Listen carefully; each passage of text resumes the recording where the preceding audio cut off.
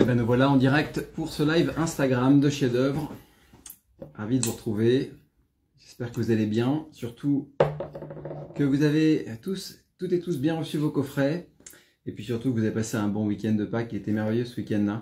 On a eu la chance d'en profiter. C'était vraiment chouette. Et puis ça fait longtemps qu'on n'avait pas eu un temps comme ça pendant cette période. On s'en rappellera de ce week-end de 3 jours très ensoleillé. J'espère que vous allez bien. Bienvenue à toutes et à tous. On se rejoint comme chaque mois autour de ces coffrets de chefs-d'œuvre. L'idée, c'est bien entendu de vous présenter nos coffrets du mois, de vous dire un petit peu ce qui nous a fait craquer ce mois-ci, ce que l'on a aimé présenter, la saisonnalité, les associations mets et vins, peut-être des rencontres de viticulteurs, des découvertes. Parfois, vous allez voir, il y a des petites choses assez nouvelles dans ce mois-ci. Puis il y a aussi des confirmations, des gros millésimes qui sont venus frapper très fort dans des identités, des terroirs que l'on connaît bien ou des domaines que l'on connaît bien. Donc, tout ça fait évidemment un petit peu écho à un certain coffret de chef-d'œuvre que vous avez déjà reçu préalablement. Et donc je surferai un petit peu sur ce fait. Puis évidemment, je vous donnerai un petit peu l'intégralité de nos coffrets de chef-d'œuvre. On va passer une petite heure ensemble, pas plus, parce que évidemment, après, ça sera l'heure pour vous d'aller évidemment profiter de la famille et autres. Mais moi, en tout cas, j'ai un masterclass autour des cours de l'Italie derrière. Donc il faut que je sois évidemment à l'heure.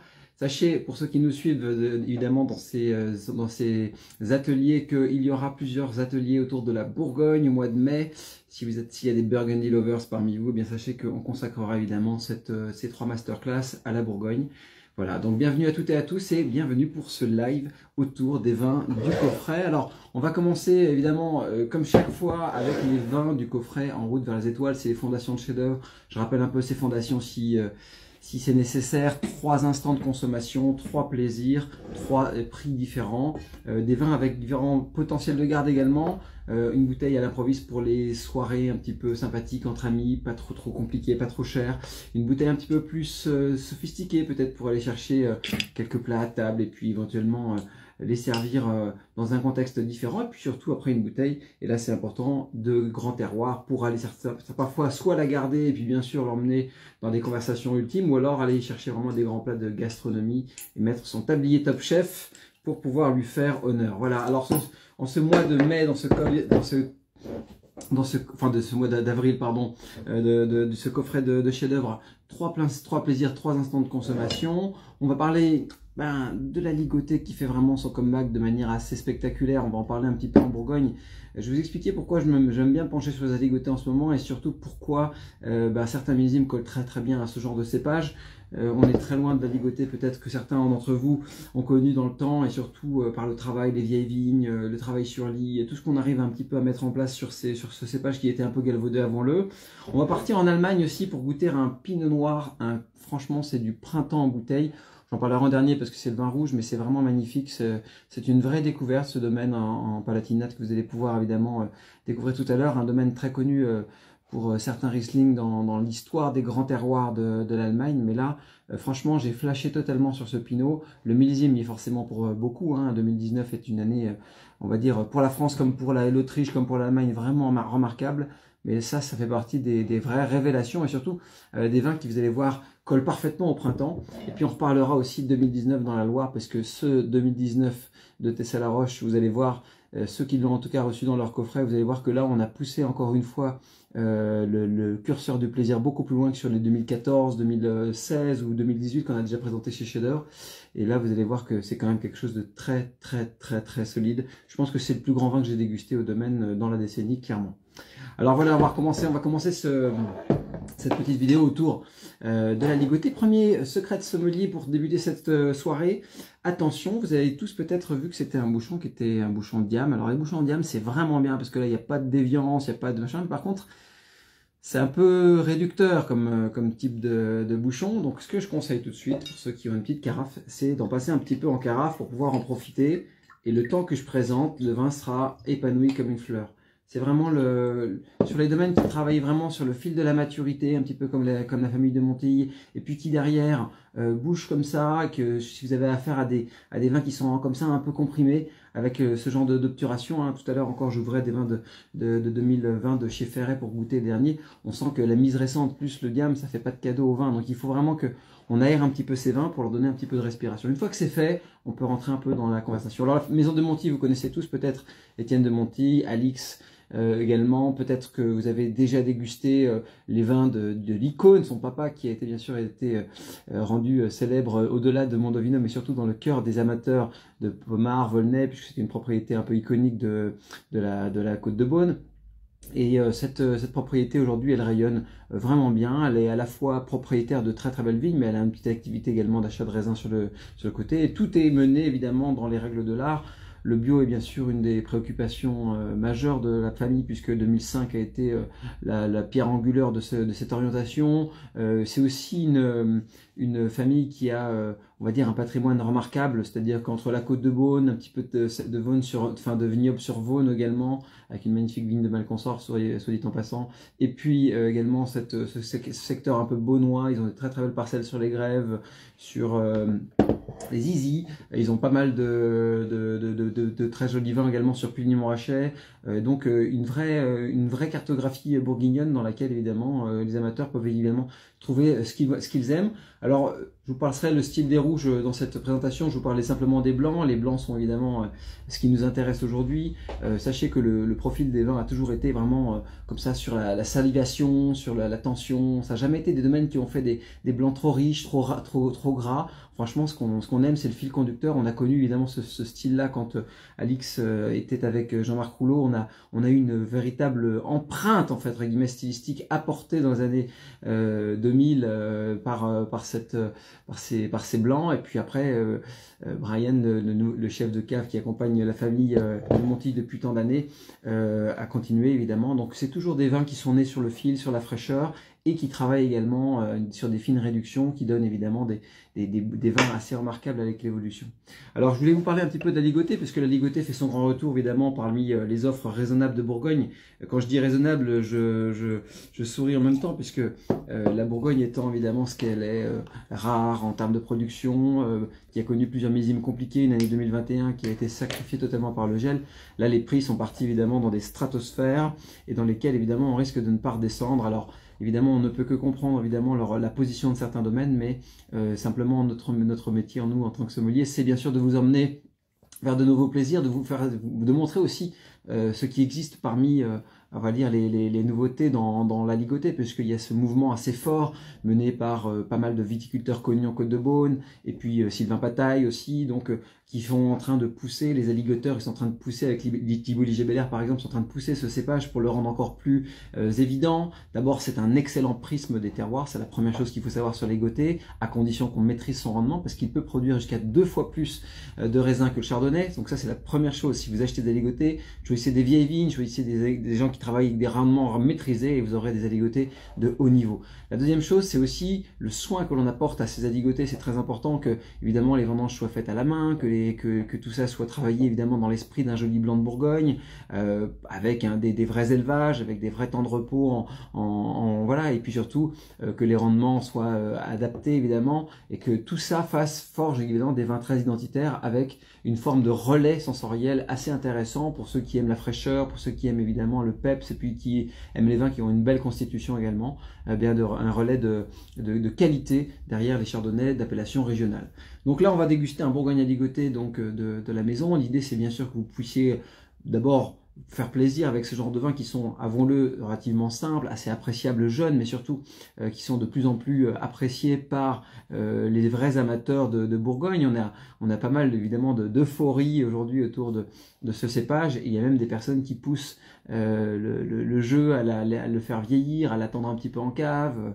On voit aussi des cuvées complètement incroyables d'Aligoté naître de plus en plus. Donc c'est intéressant ce cépage, parce que non seulement on s'aperçoit que s'il était planté aux beaux endroits, il pourrait donner des belles choses, mais en plus de ça, on a aussi la liberté totale d'un point de vue de vigne, la finification, pour aller chercher dans ce qu'il peut proposer de meilleur. Et si on se trompe, eh bien c'est un peu comme pour tous les vins un petit peu de cette catégorie-là, c'est pas très grave, on peut essayer. Alors que quand vous avez que des Chassagne-Montrachet ou des Meursault, vous avez la manière dont vous jouez un petit peu avec les matières, c'est un petit peu aléatoire, et vous pouvez pas trop vous tromper, hein. On peut rater un fût par-ci par-là, mais globalement le reste, faut que ça assure, parce que sinon ça se voit assez vite.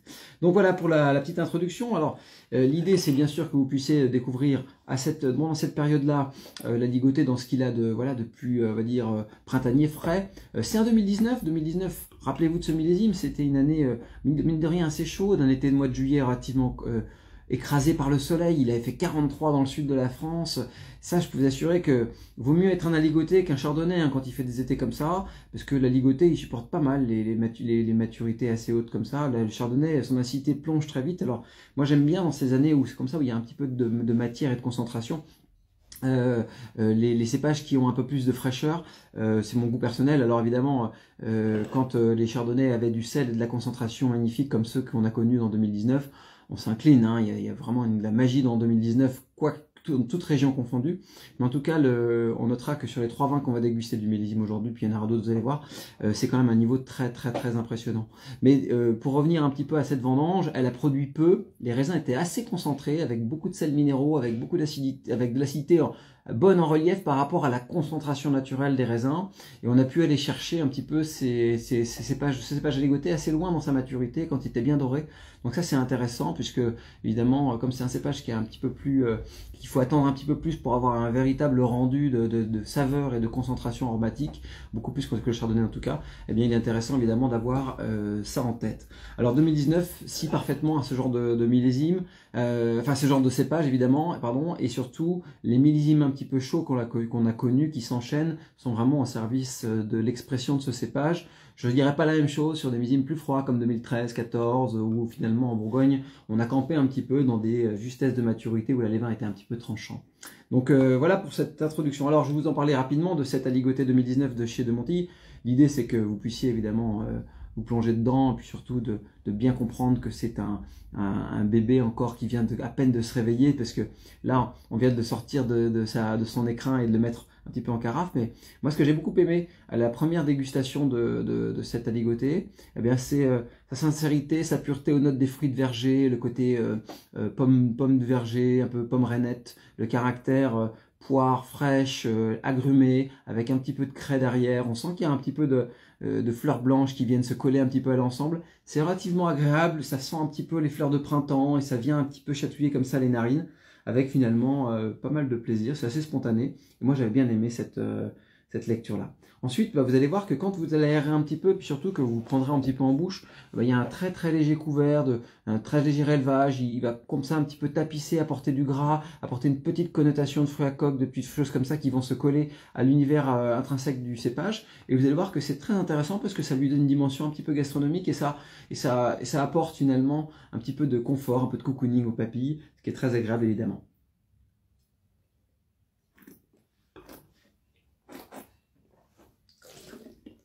Je crache parce qu'il faut enchaîner avec les autres bouteilles, bien entendu. Si vous regardez un petit peu ce qui est vraiment intéressant dans le dessin de ce vin, au-delà de, et je préfère moi entre guillemets sa dimension tactile que sa dimension aromatique, là, qui est encore un petit peu timide, mais sur la dimension tactile, c'est ce que j'ai un petit peu marqué dans le J'aime j'achète de Chez D'Oeuvre, c'est qu'on a un petit peu ce gras sec, ce petit côté un petit peu confortable qu'on aime bien dans les chardonnays d'appellation régionale comme ça, qui viennent un peu tapisser, mais en milieu de bouche c'est beaucoup plus rythmé, c'est beaucoup plus salivant, ça va rythmer un petit peu tout ça. Puis en rétro-olfaction on repasse par cette connotation un peu pâtissière, également ces fruits de verger, on repasse par la pomme fraîche et autres.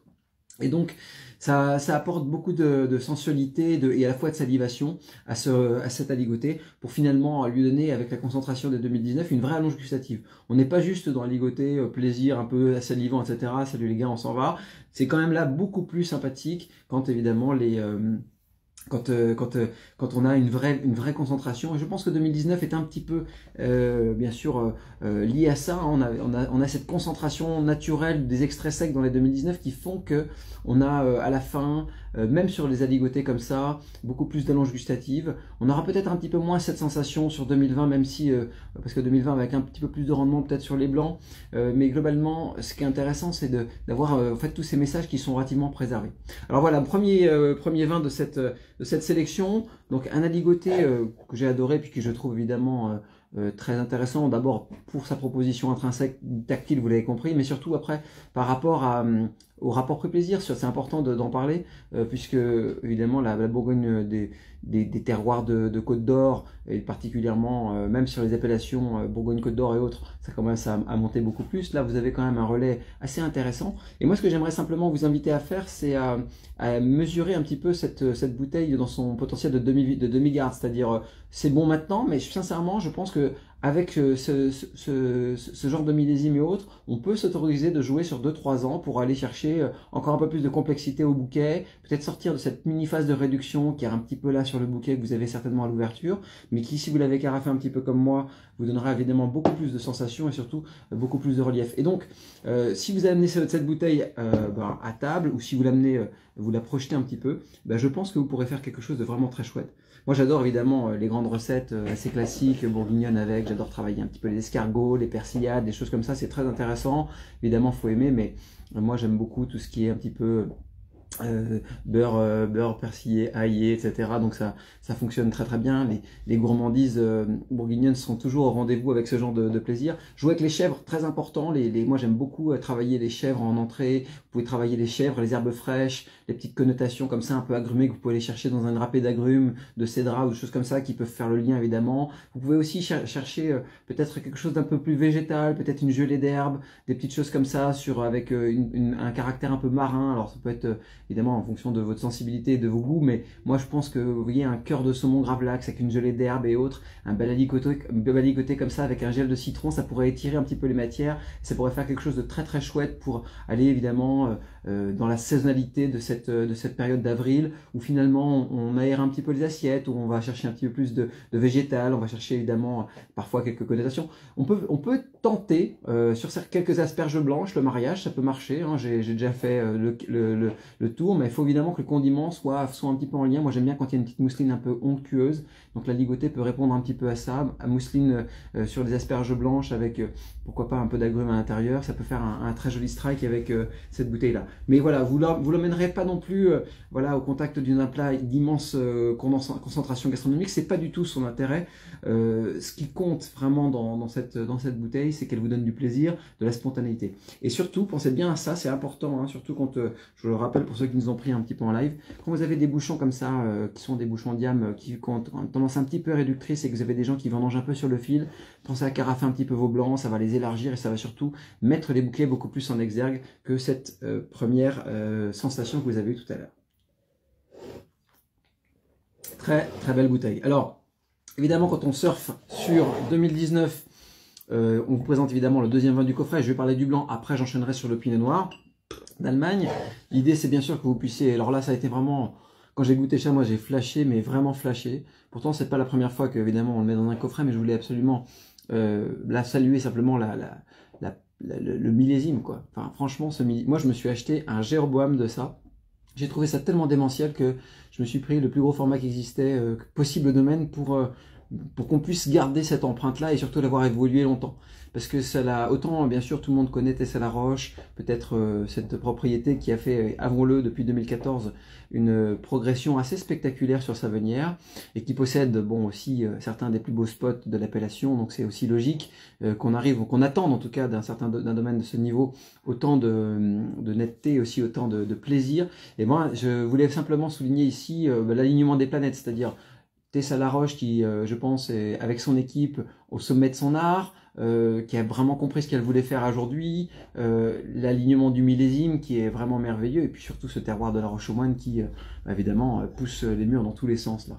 Et donc, cette lecture du Chenin sur les grands terroirs de schiste de Savenière, ça méritait évidemment un énorme coup de projecteur, même si évidemment il y avait beaucoup moins de découvertes dans cette bouteille ou de promesses que dans une autre.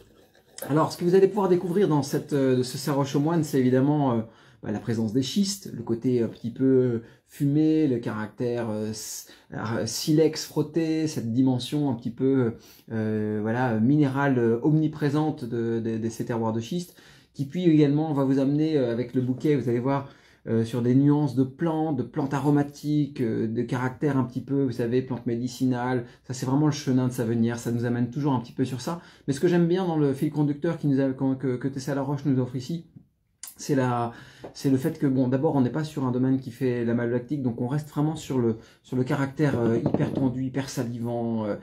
C'est vraiment taillé au laser, et c'est un petit peu comme ça que les vins du domaine depuis 2014 s'inscrivent. On est moins dans des profils des fois de richesse ou de surrichesse qu'on a connu au domaine un petit peu plus dans les années 90 par exemple, où il y avait des bovins hein, avec le vieillissement, mais qui avaient des fois un peu de résiduel ou des choses comme ça, donc qui pouvaient partir dans d'autres univers. Moi, ce que j'aime là dans ces dernières vendanges, là, c'est le caractère taillé au laser de la matière. Après, il y a le très très fin couvert d'élevage qui va lui aussi parfaitement coller à cet univers-là. Et puis surtout, vous allez voir, c'est là qui c'est important, c'est surtout la constitution de la bouche, la salinité, le coffre, la lange gustative, la fine amertume très légère. Franchement, ça a été un très très gros coup de cœur cette bouteille. Et bien sûr, je voulais vous le partager avec vous.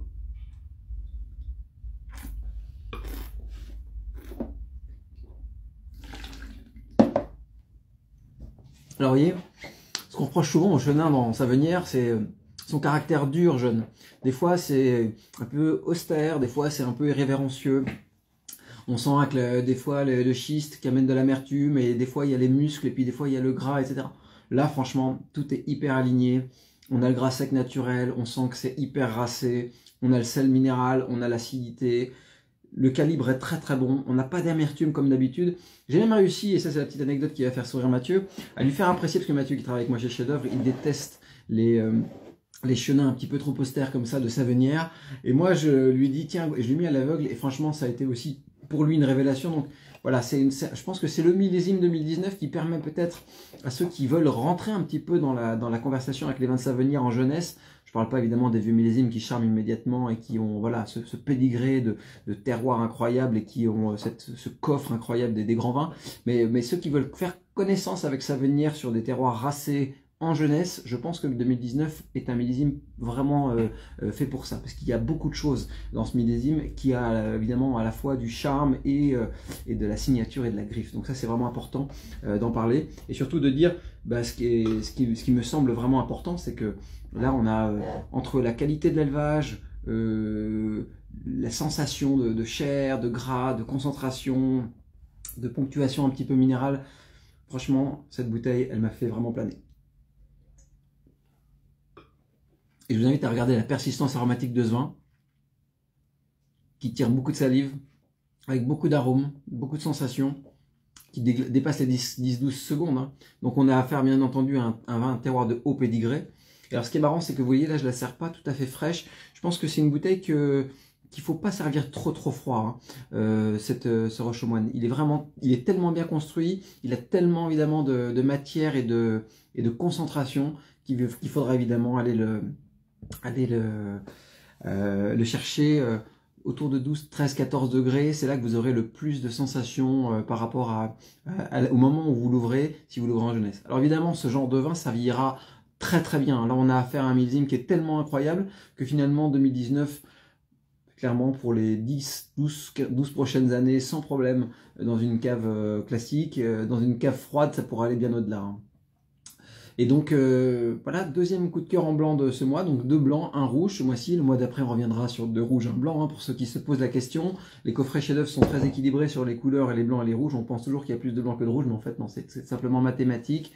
Ça dépend de quand est-ce que vous commencez les coffrets. Je préfère préciser ce point.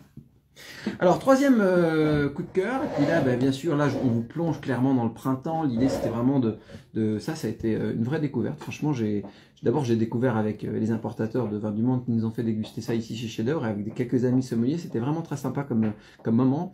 On était presque en manque de soleil à ce moment-là, et franchement, quand on a goûté ça, on s'est vraiment éclaté. Donc un pinot noir de Coller Ruprecht, donc un domaine assez connu dans le Palatinat qu'il faut évidemment creuser. Si vous êtes amateur de Riesling, si vous êtes amateur de vin identitaire, et puis surtout bah, de ce genre de relais sensoriel intéressant autour du pinot noir. Bon, ils font évidemment d'autres cépages, hein, mais là on va parler du pinot noir aujourd'hui. Il faut que vous connaissiez cette propriété parce qu'elle est bien sûr inscrite dans les domaines qui sont anti-œnologie moderne, peut-être qui sont un petit peu des... Enfin, moi, on a écrit ça un petit peu dans le J'aime j'achète, c'est un peu le dernier des Mohicans de ce genre de vinificateurs hein, qui font les choses un petit peu dans la tradition et dans le classicisme. On n'a aucune intervention possible œnologique, simplement du bon sens, des beaux raisins, une belle viticulture, et c'est tout quoi. Hein, voilà. Donc c'est une propriété qui est assez ancienne, elle remonte au début du XVIIIe siècle, donc pour la création du domaine, je crois que c'est 1700. Et puis c'est un domaine qui s'est vraiment fait connaître dans le monde entier.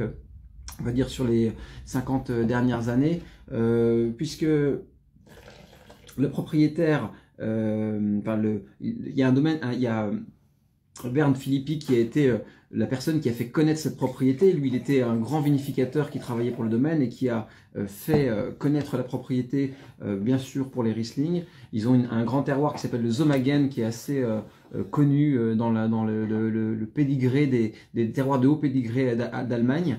Et dans cette propriété, on a aussi cultivé le savoir-faire autour du Spätburgunder, donc du Pinot Noir, qui a ici, il faut l'avouer, peut-être avec 2019, mais surtout peut-être depuis les derniers millésimes, un peu comme l'Alsace, un petit peu comme le Sancerrois, un petit peu comme certains secteurs de Champagne, où le Pinot Noir devient de plus en plus évidemment mûr naturellement pour y faire des vins secs. Eh bien, je pense qu'on a profité évidemment de ce grand millésime pour proposer quelque chose de vraiment, d'un point de vue sensoriel, aromatique et tactile, de très très engageant, de très chouette. Peut-être qu'avec des plaisirs que l'on pourrait recroiser en Alsace, évidemment, on n'est pas très loin, hein, mais dans cette genre d'équilibre-là, des pinots à 12,5, très floraux, très parfumés, très digestes, vraiment, c'était un petit peu cette promesse, ce pinot noir. Et donc je voulais vous en parler un petit peu. Vous avez vu cette robe un petit peu comme ça, rubis à peine appuyée, c'est vraiment très intéressant. Elle a cette vertu d'avoir à l'éclat comme ça et sa brillance, tous les messages de fraîcheur qu'on attend finalement de ce genre de pinot. Et surtout, vous allez voir, le nez est vraiment super. Moi j'ai adoré. Moi ça me rappelle des pinots bourguignons, vous avez de Côte de Beaune sur des appellations un petit peu d'altitude, ou de Centenay, ou de terroirs un petit peu plus froids, quoi, ou de certains secteurs qu'on aime bien également découvrir parfois un petit peu ailleurs, hein, où on fait des pinots noirs qui ont un tout petit peu d'élevage comme ça, mais qui collent parfaitement à cette floralité, ce côté pivoine, pot pourri, rose ancienne. C'est vraiment le pinot qu'on aime bien dans cette dimension-là. Donc voilà, c'était un choix de pinot floral et envoûtant qu'on voulait vous mettre dans ce coffret. C'était surtout en fait l'envie de vous faire découvrir d'autres choses que ce qu'on fait dans l'Hexagone, et ça a été un vrai coup de cœur. Donc merci aux importateurs d'abord de nous avoir fait découvrir cette merveille, et puis surtout au domaine d'avoir joué le jeu pour qu'on puisse le mettre dans votre coffret. Vous voyez que les plaisirs se déplacent, et puis des fois ils arrivent avec une forme de spontanéité comme ça. Alors pour la petite anecdote, aujourd'hui c'est un jeune vigneron qui s'appelle Dominique Sénac qui fait les vins au domaine et qui signe les vins depuis 2011, et qui a donc voilà presque ici sur sa 8e vendange évidemment un résultat intéressant. Ceux qui aiment les détails se plongeront un petit peu dans la fiche de chef-d'œuvre. Il y a ici du calcaire et des sables, donc je pense que la dimension des terroirs sablonneux va apporter ce caractère très léger en bouche qu'on va prendre, que vous allez découvrir bien sûr quand on prend le vin en bouche.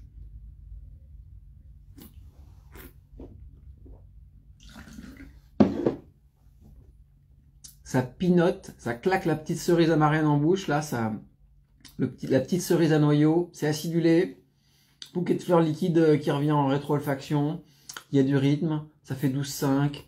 Ça me ramène, moi, dans des plaisirs, on l'a écrit un petit peu dans la fiche, dans des plaisirs des pinots des années 90 en Bourgogne, quand, vous savez, on n'avait pas du tout ces degrés, on n'était pas sur ces maturités beaucoup plus concentrées aujourd'hui, même si je pense qu'on fait des pinots, voilà, peut-être nettement plus structurés, profonds aujourd'hui que ce qu'on les a eu fait dans les années 90, mais en termes d'équilibre sensoriel, je suis un peu nostalgique, moi, de ces équilibres à 12,5, là, avec ces vins extrêmement salivants et surtout extrêmement parfumés, où en fait, bon voilà, on prend la bouteille à 2, elle fait 15 minutes, parce que, en fait, c'est tellement fluide, il n'y a pas de tanin, la conversation est lancée, quoi.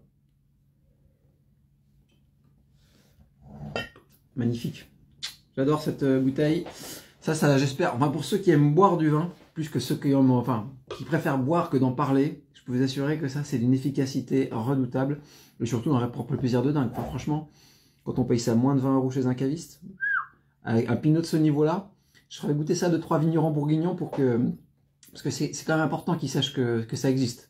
C'est vraiment très très chouette, très très belle découverte. Il n'y a pas le fond des grands Bourgognes, mais je vous assure que l'esprit y est, et franchement, très haut niveau. Pour moi, c'est du très haut niveau, et surtout à ce prix-là, c'est assez imbattable. J'espère que vous aimerez en tout cas la découverte. Alors voilà pour ce coffret en route vers les étoiles, donc 3 bouteilles, 3 instants de consommation, vous l'avez compris. Cet aligoté assez spontané de chez De Montille, ce pinot noir du Palatinat, bouquet de fleurs liquides, et puis donc cette magnifique bouteille qui là est partie elle pour qu'on sorte l'argenterie clairement, que ce soit maintenant ou dans quelques années, avec je pense le plus grand millésime qu'a fait Tessé-la-Roche sur la décennie. En tout cas, l'histoire nous dira si c'était vrai ou pas, mais je pense que d'un point de vue émotionnel J'ai pas trouvé beaucoup mieux dans les... Pourtant, j'ai presque tous les millésimes à la maison. Alors, voilà pour ce coffret 3 bouteilles. Alors, on va parler un petit peu du coffret 2 bouteilles, qui est bien sûr le coffret découverte de chef-d'œuvre. Là, c'est différent, évidemment. Je vais vous parler d'un domaine qu'on aime bien à Chablis. Vous avez reconnu, pour ceux qui connaissent évidemment, le Québécois de service Patrick Pius, eh bien ce Chablis découverte village. Alors, ce qui est intéressant, je vais rincer un petit peu mon verre le temps, évidemment, de préparer cette bouteille de Chablis. Alors, pourquoi, évidemment, on a fait ce choix? D'abord, parce qu'on voulait illustrer le fait que l'appellation Chablis village, en tout cas pour nous chez Chef d'Œuvre, est assez faible, en fait. C'est peut-être l'appellation qui est pour moi la plus fourre-tout, peut-être la moins facile à appréhender quand on est un amateur. Elle est galvaudée parce que c'est l'appellation la plus facile à vendre, elle est moins chère, elle est moins rare que évidemment les premiers crus et les grands crus. Elle est surtout, on est moins exigeant, on est moins regardant sur les Chablis Village et je pense qu'on hérite dans l'appellation, dans son homogénéité, on va dire d'un long passé, quoi, d'un savoir-faire, des rendements un peu assez hauts, pas de grosses signatures et puis des fois, faut le dire aussi, un petit peu la grosse cavalerie. C'est vrai que quand on goûte l'appellation dans son ensemble, même chez les très très bons domaines, chez les domaines qu'on adore et qui sont parfois des domaines stars de l'appellation, des fois on se gratte un peu le menton, quoi. On se dit bon, ok, pourquoi pas, voilà. Mais on n'est pas complètement renversé. Alors moi, il y en a plusieurs qui me renversent. J'adore les Chablis par exemple, de Virginie Moreau-Naudet. J'adore ça m'a bien plu, par exemple. Mais aussi, ça pourrait être de Benoît Drouin ou des choses comme ça. J'aime bien quand on a un petit peu de... Je pense aussi au Chablis de Chébillot-Simon, la cuvée Tête d'Or, que j'aime bien au domaine, qui est quand même une vraie signature. Mais en tout cas, ce qui est vraiment impressionnant parce que dans la capacité qu'a cette appellation à générer de l'identité minérale et de la texture, c'est quand on a affaire à des gens qui, comme ça, qui ont un doigté particulier, que ce soit au niveau de l'élevage, au niveau du temps d'élevage également, très important. À Chablis, on est quand même aussi un peu comme à Sancerre, les champions du monde pour faire des mises relativement précoces, avec des mises sur marché assez précoces. Moi, ce que j'aime bien, c'est qu'on prenne un peu son temps dans ces appellations. Je pense qu'elles méritent autant que, comme Petit Chablis, que premier cru, au moins 18 mois, quoi. C'est important, que ce soit en élevage, 2 hivers sous bois, et puis en mise en masse et en bouteille, ou que l'on fasse également, sinon qu'on fasse des élevages en bouteille, qu'on attende un petit peu avant de les commercialiser, puisque sinon franchement on est sur les instances fermentaires, on passe à côté des messages. Et moi ce que j'aime bien quand même, c'est que même sur un Chablis, on ait la griffe, qu'on sache où on est et qu'on retrouve évidemment ce qu'on attend dans un Chablis, c'est-à-dire la signature minérale très marine, chimérigienne, cette sensation un petit peu qui structure un peu le vin, et puis cette salinité, et puis un petit peu d'étoffe si possible, avec un gras sec qui s'installe naturellement. Après tout, pourquoi est-ce qu'il faudrait avoir un premier cru ou un grand cru quand on veut profiter d'un peu de plaisir de l'appellation? Voilà. Donc moi ce que je voulais évidemment, c'était vous faire découvrir ce terroir qui s'appelle Découverte. Alors c'est le nom du terroir, Dixit Patrick Pius.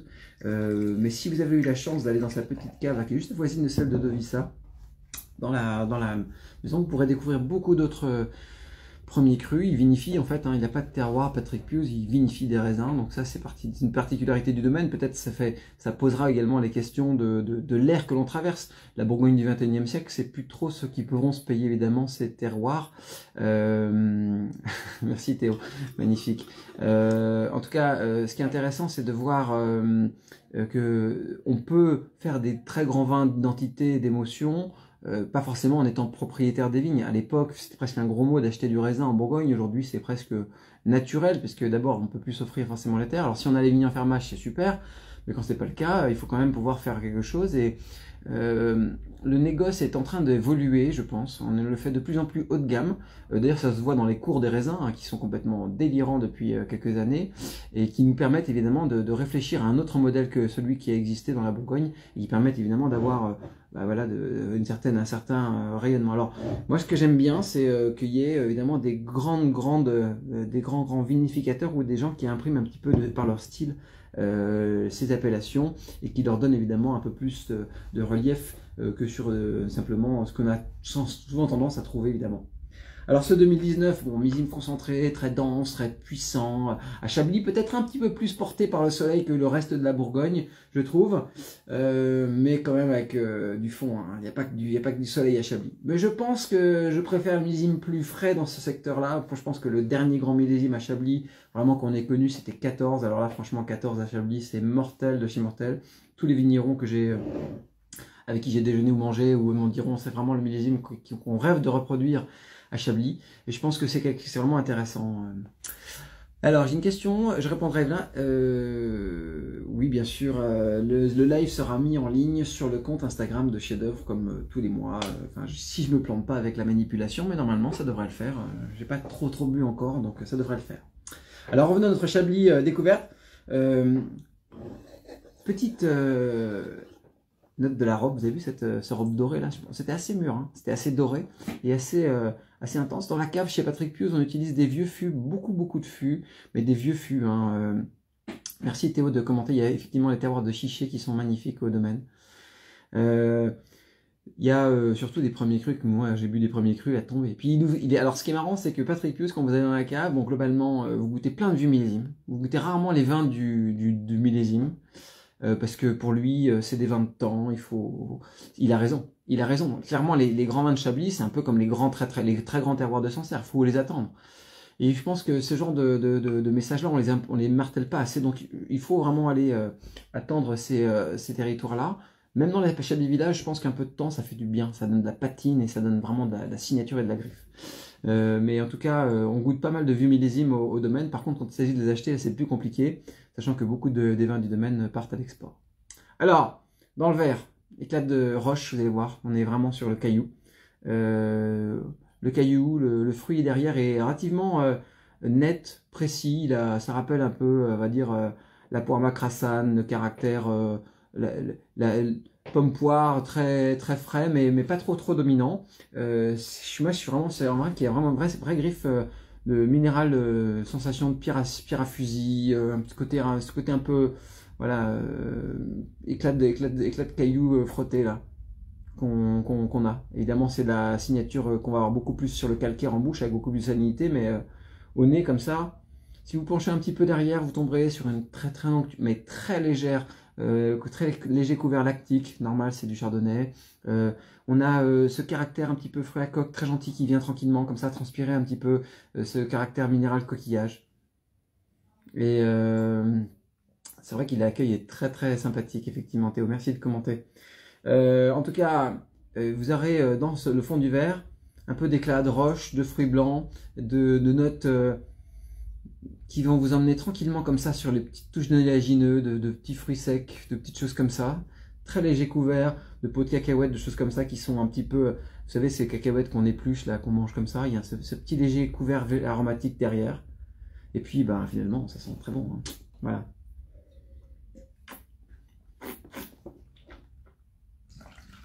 Alors,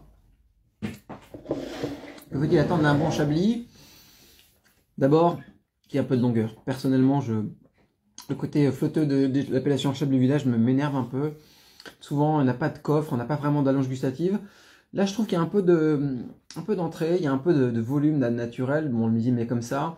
Mais il n'y a pas que le volume, il y a aussi l'étirement des sensations, la salinité, le grip sur la langue, ça tire bien tous ces messages là, ça fait bien saliver, ça tire sur le coquillage, on est sur moi je suis presque sur une nage de coquillage quoi, on est vraiment sur ce caractère là. Et donc c'est vraiment c'est bon. Hein. On sent sur la rétro-olfaction ce goût un petit peu des vieux fûts, hein, des vieux fûts chablisiens là on sent que ça a été entonné. On sent que ça a fermenté lentement là-dedans. Ça n'a pas marqué, mais ça a apporté cette petite, en rétro-olfaction, cette âme de vieux fût, quoi, qui est pas là pour boiser. On est là vraiment que pour teinter aromatiquement, tranquillement comme ça, pas pour boiser. On étire simplement les. Voilà, faut bien sûr venir de la part de Théo si vous allez voir Patrick Pius. En tout cas, très belle visite. On y est allé plusieurs fois avec Mathieu, on y va souvent au mois de juillet. Et sincèrement, ça fait partie des très belles rencontres humaines. Parce que les vins, c'est une chose, mais les hommes, c'est encore plus important. Et je vous invite bien sûr à aller voir ce qu'il fait.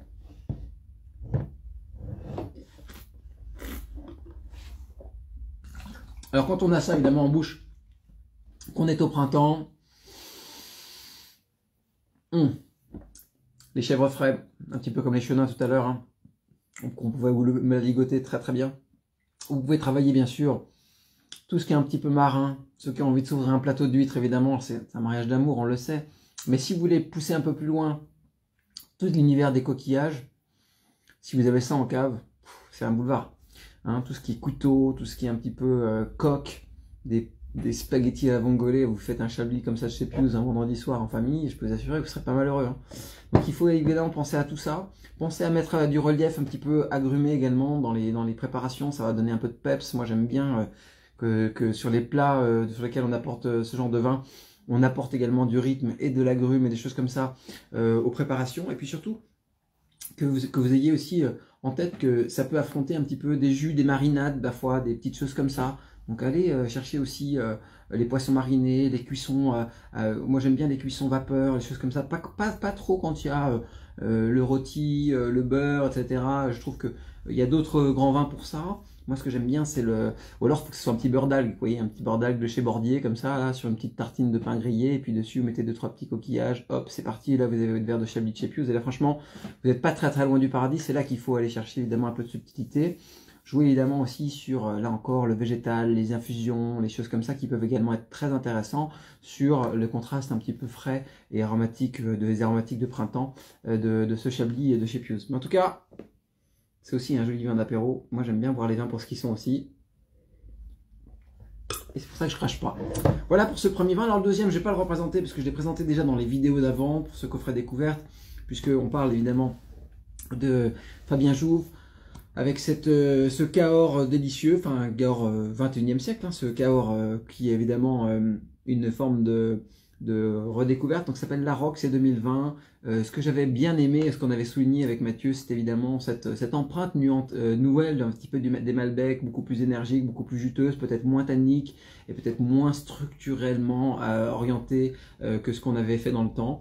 Moi j'aime bien cette manière dont l'appellation peut pivoter. Elle offre évidemment, salut Olivier, ravi de te voir.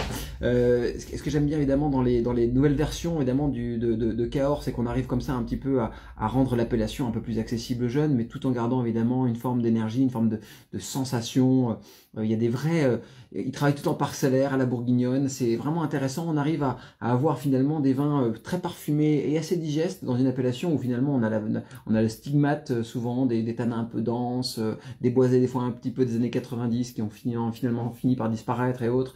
Et donc tout ça, j'aime bien, ça fait pivoter un peu Cahors. Et Mathieu, qui est lui de Cahors et qui travaille chez Chef d'Œuvre, adore rappeler évidemment que son appellation est en pleine explosion et dans laquelle évidemment tout ça s'inscrit. Donc ça fait partie évidemment de renouvellement de cette appellation Cahors. Il faudra bien sûr creuser si vous êtes amateur. Un petit mot maintenant sur les coffrets absolument rouges de bouteille, 3 bouteilles, puisqu'il nous reste environ un quart d'heure ensemble avant de passer Masterclass Italie. Donc évidemment, je vous parle un petit peu de ce coffret en route, enfin absolument rouge, 3 bouteilles, qui est composé bien de 3 bouteilles. Alors, je ne représente pas, parce que vous aviez évidemment ce pinot noir bouquet de fleurs. Très bon domaine également qu'il faut suivre. Xisto Cru, Xisto Illimitado, Luis Seabra, donc qui a été évidemment le chef de cave pendant longtemps avec le bras droit un petit peu de Dirk Nieport, qui a travaillé beaucoup dans la région du Douro, qui a œuvré beaucoup dans la région du Douro, qui fait de jolis vins évidemment en blanc comme en rouge, mais ce qui est vraiment impressionnant là, c'est la série de blancs. Franchement, les 2019 au domaine, c'est exceptionnel. Et je pense que c'est un des domaines qui est en train de faire un énorme strike dans l'offre de la région, dans laquelle évidemment l'amateur doit s'immiscer. Là, c'est la petite cuvée en rouge, on va dire, du domaine, mais il faut goûter également Xisto Cru rouge, qui est là vraiment un vin avec des très vieilles vignes et un matériel végétal superbe, des cépages autochtones, vraiment une vraie richesse. Et ceux qui voudront un petit peu creuser l'offre du Douro doivent passer par cette propriété, parce que c'est évidemment ici, et peut-être aussi chez quelques voisins maintenant, puisque je rappelle simplement que la région du Douro produit au-delà des Portos maintenant, et ce depuis, on va dire, le début de son entrée dans l'Union Européenne. Hein. Si on fait des grands vins depuis 86 et on peut les commercialiser dans des quintas depuis 86, c'est parce que le Portugal est rentré dans l'Union Européenne et que historiquement, avant, tous les raisins devaient transiter et les vins transitaient par Villanova de Gaia, qui était une douane. Maintenant, c'est autre chose, c'est une autre partition, évidemment, avec cette fameuse loi du tiers et puis cette obligation en fait de garder une partie des raisins pour faire des portos. Eh bien, dans le Douro, on a compris qu'on pouvait aussi faire des grands vins secs en maîtrisant un petit peu plus les dates de vendange, en étant un petit peu plus haut en altitude, en ayant cherché les schistes, en allant chercher évidemment tout ce qui va donner du relief et de la finesse à ces vins, puis surtout on les vinifie beaucoup plus fins qu'avant, on a surtout l'intelligence de l'élevage, on a surtout en fait des reliefs qui sont de plus en plus impressionnants. Donc ça c'est vraiment un des domaines qu'il va falloir aussi creuser si vous êtes amateur de découverte, et dans lequel évidemment il faut choisir aussi les beaux millésimes. Attention, il y a quand même des millésimes avec des petits écarts. 19 sincèrement c'est très très solide, et j'invite également, là c'est la petite cuvée, donc vous allez pouvoir la déguster pour ce qu'elle est dans votre coffret, mais surtout si vous allez chercher d'autres les autres vins de la propriété, il faut même une cuvée qui s'appelle Granito qui est en blanc, absolument merveilleuse, qu'il faut absolument que vous dégustiez si vous êtes amateur de découverte et de personnes qui brillent particulièrement comme ça. Et puis également donc dans ce coffret 3 bouteilles absolument rouges, on voulait faire déguster, ça c'est un 15 millions Grand Cru qui est assez intéressant, qui m'a un petit peu tapé dans l'œil. Parce que d'abord c'est un terroir un peu sablonneux dans le cœur de Saint-Émilion, et puis qui m'a été un petit peu soufflé dans le creux de l'oreille par Stéphane de Renoncourt, dont on aime évidemment les vins et qui nous fait un petit peu l'honneur des fois de nous présenter quelques vins de chez lui, et puis des propriétés qu'il consulte chez Chef-d'œuvre. Eh bien ça fait partie des petites productions de niche de Saint-Émilion dans lesquelles au un peu plus d'un hectare on fait quelques vins dentelles comme ça, avec 2014 qui est un joli classique bordelais, un millésime qui est comme ça, moi j'aime bien parce que on est dans le grand classicisme de Bordeaux sur 14, on est mûr mais pas trop, ça prend pas trop le bois, c'est pas juste des épaules d'un gros millésime, on sent qu'il y a un petit peu de minéralité salivante comme ça, les tanins est relativement poudrés, ça commence à truffer un petit peu, c'est vraiment intéressant comme propriété, et ça fait partie évidemment des vins un peu niche dans l'offre de Saint-Émilion, qu'il faut un petit peu suivre, parce qu'à mon sens il y a un petit truc qui se passe là, surtout pour ceux qui aiment les bouches un petit peu comme ça, suaves. On n'est pas dans la roche là, on n'est pas du tout dans la conversation minérale, calcaire, très forte, avec des grosses densités de Saint-Émilion. On a affaire à quelque chose de relativement floral et on va dire en granulométrie très poudré comme ça, donc très intéressant pour ceux qui aiment les vins fins plutôt que les vins structurés et les vins impressionnants, clairement. Bien sûr, ce qui compte évidemment dans ce coffret absolument rouge 3 bouteilles, c'est de prendre les bouteilles dans l'ordre de dégustation. Donc commencer par le Pinot Noir, continuer par le Xisto Illimitado bien sûr, et surtout terminer avec le Saint-Émilion. C'est l'ordre et c'est la hiérarchie naturelle dans lequel on vous a présenté dans le coffret.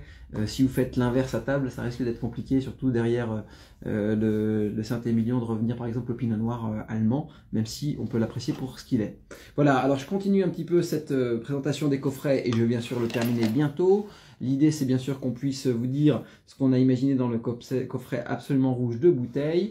Alors il y en a un, je l'ai déjà présenté, je ne vais pas vous en reparler, c'est la cuvée d'Everne du domaine Barou, qui est une petite syrah de fruits, on va dire c'est une forme d'introduction au plaisir sensoriel de la syrah. J'en ouvrais encore une bouteille tout à l'heure pour goûter, c'était assez marrant, ça pète la violette, le poivre, c'est relativement simple, c'est instantané, c'est pour les grillades, c'est pour le fumé, c'est pour l'olive noire, c'est pour les choses comme ça, mais franchement c'est un vin de gourmandise, il ne faut pas non plus aller chercher dans ces vins là trop de structure. On a beaucoup d'autres vins pour ça, on va en parler tout de suite, je vais vous en parler un petit peu avec le Clos Marie qui est derrière, qui est le deuxième vin qui est de ce coffret. Je voulais évidemment simplement souligner dans ce caractère évidemment intéressant et poivré de la syrah, sa spontanéité, sa capacité à aller chercher les premiers barbecues, les premières grillades, des choses comme ça, à faire des mariages sur de la betterave, à faire des mariages sur ou simplement avec des viandes qui ont encore un petit peu de jus ou quand on a un peu de concentration dans la sauce, parce qu'on met encore 2-3 cocottes sur le feu en avril, là, en mai ça s'arrête, mais globalement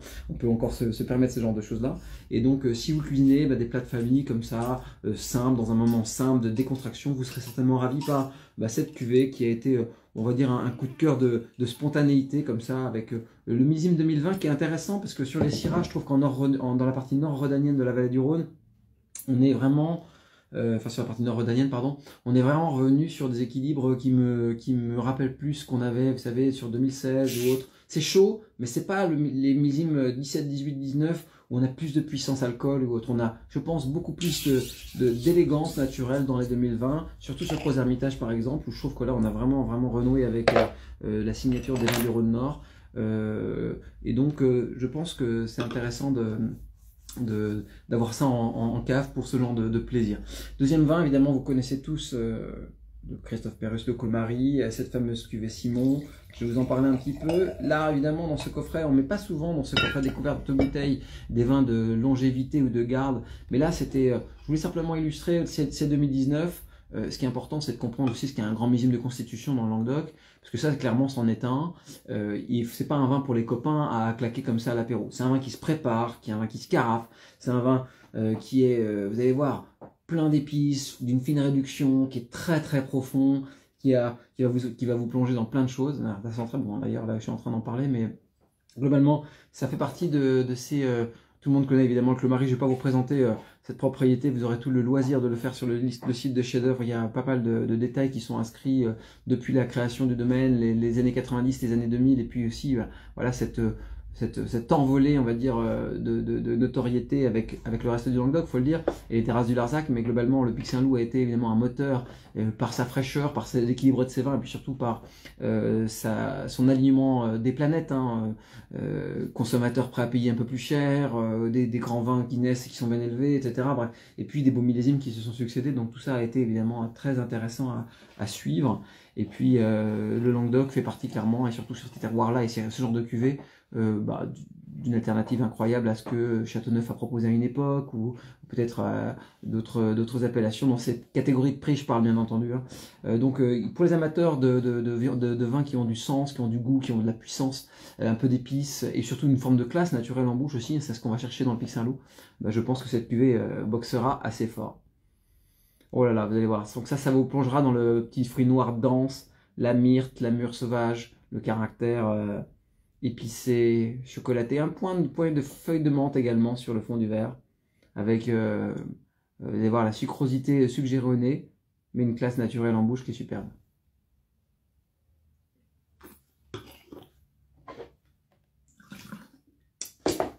Alors qu'est-ce que c'est qu'un millésime structuré dans le sud qui a du potentiel? C'est pas juste de la sucrosité ou de la richesse alcool ou d'une forme de cocooning. C'est celui qui a toute cette salivation là, qui arrive sur le cœur de la bouche, qui fait beaucoup saliver. On a ces petits tanins qui sont là pour vous dire c'est pas tout à fait pour tout de suite, les amis. Voilà, donc ça c'est vraiment une bouteille de demi-garde que je vous invite je pense, à planquer un peu dans le fond de la cave. C'est un peu comme les 2011, c'est un peu comme ces années-là qu'on a, je pense, eu besoin d'attendre dans le Languedoc, et dans lequel, évidemment, peut-être comme 2017 aussi, qui était relativement chaude. Moi, ce que j'aime bien, c'est qu'on ait la patience, entre guillemets, de boire ces vins-là plus tard, et de boire ceux qui sont, comme 2014 ou 2018, beaucoup plus spontanés, beaucoup plus frais. Et donc, voilà mon message. Le Colmary, c'est une grande référence du Roussillon, enfin du Languedoc, pardon, et du Pic Saint-Loup, mais c'est surtout aussi des régions et des appellations dans lesquelles il y a un climat et dans lesquelles les millésimes sont tout à fait nuancés, tout à fait différents. Et à l'intérieur de ça, il faut vraiment que vous ayez cette intelligence de la rotation des bouteilles. Buvez les millésimes plus tendres avant, comme 16, 18, 14, et les millésimes comme 2019, 2017, et pourquoi pas, on va dire, si vous avez des 2011 ou autres, ben, là, il faut ouvrir les 2011 maintenant, vous voyez ce que je veux dire? Donc c'est un peu comme ces grands terroirs de Bourgogne, de Châteauneuf ou de Bordeaux.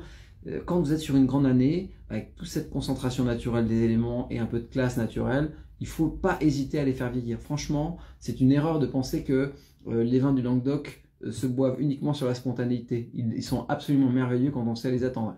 Malheureusement, peu de personnes en ont conscience et peu de personnes font ce choix.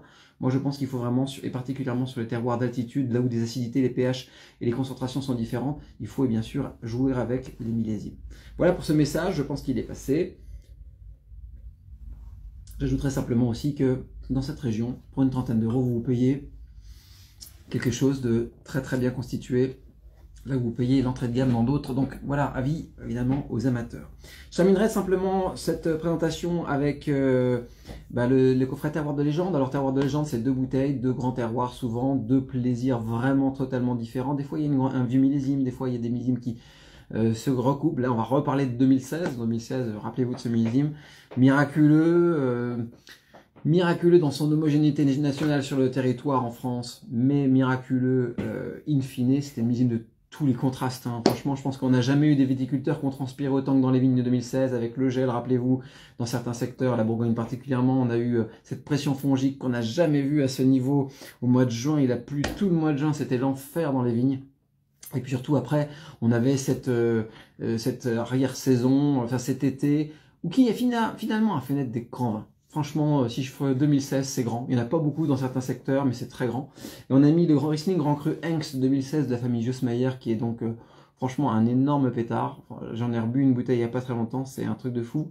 Donc il faut vraiment, là il y a l'équation évidemment entre la qualité du lieu, ce Grand Cru assez fougueux, évidemment c'est son nom qui va nous le faire dire, mais c'est aussi surtout le vin, hein, vous allez voir, ça a beaucoup de caractère, beaucoup de confort, mais c'est déjà bien épanoui. 2016, c'est déjà, vous pouvez déjà les boire, c'est vraiment quelque chose de vraiment très complexe, avec évidemment 5-10 ans devant elle sans problème pour ce flacon.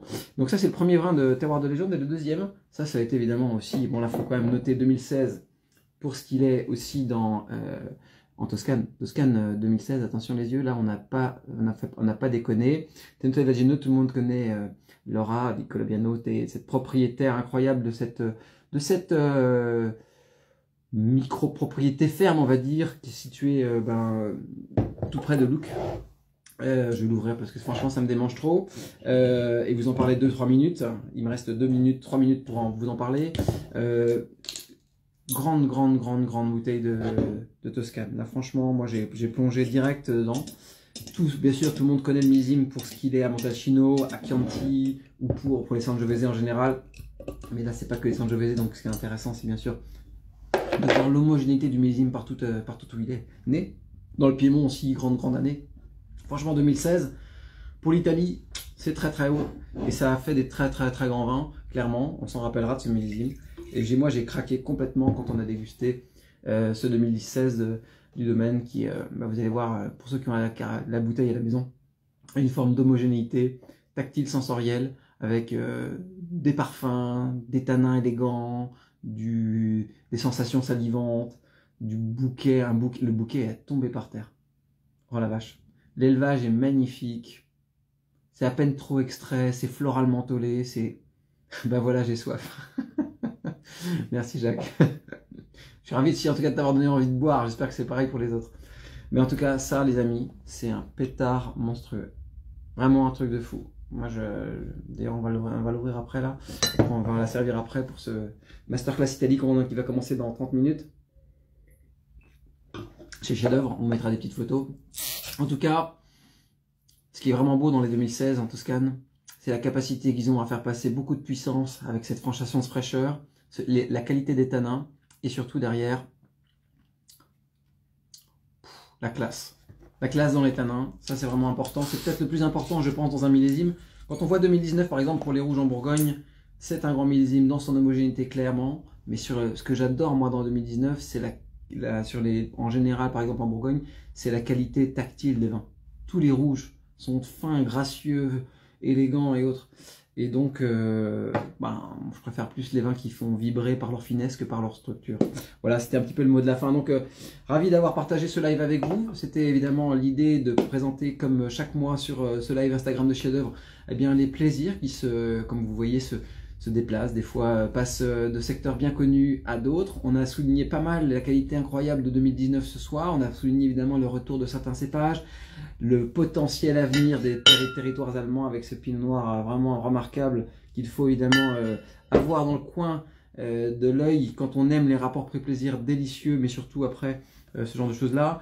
Et puis après voilà, Chablis qui évolue, plein de choses qu'on a évidemment souligné, le Douro, Saint-Émilion dans certaines lectures un petit peu poudrées. Bref, j'espère en tout cas que cette bouteille rythme un petit peu vos soirées, vos dégustations, qu'elle vous donne évidemment aussi envie d'aller un petit peu plus loin. Et c'est un peu le but de ces coffrets, c'est pas d'acheter simplement ce que vous aimez chez Chef d'œuvre, c'est aussi peut-être de vous prendre par la main et de vous emmener ailleurs, de nouveaux plaisirs qui vous amèneraient, j'espère, vers encore plus de passion et d'amour autour du vin. Voilà, écoutez, j'espère avoir été avec vous une bonne distraction pendant cette heure. J'espère que vous passerez une belle soirée. Je vous souhaite un bel apéritif et puis à bientôt autour d'un verre. Ciao.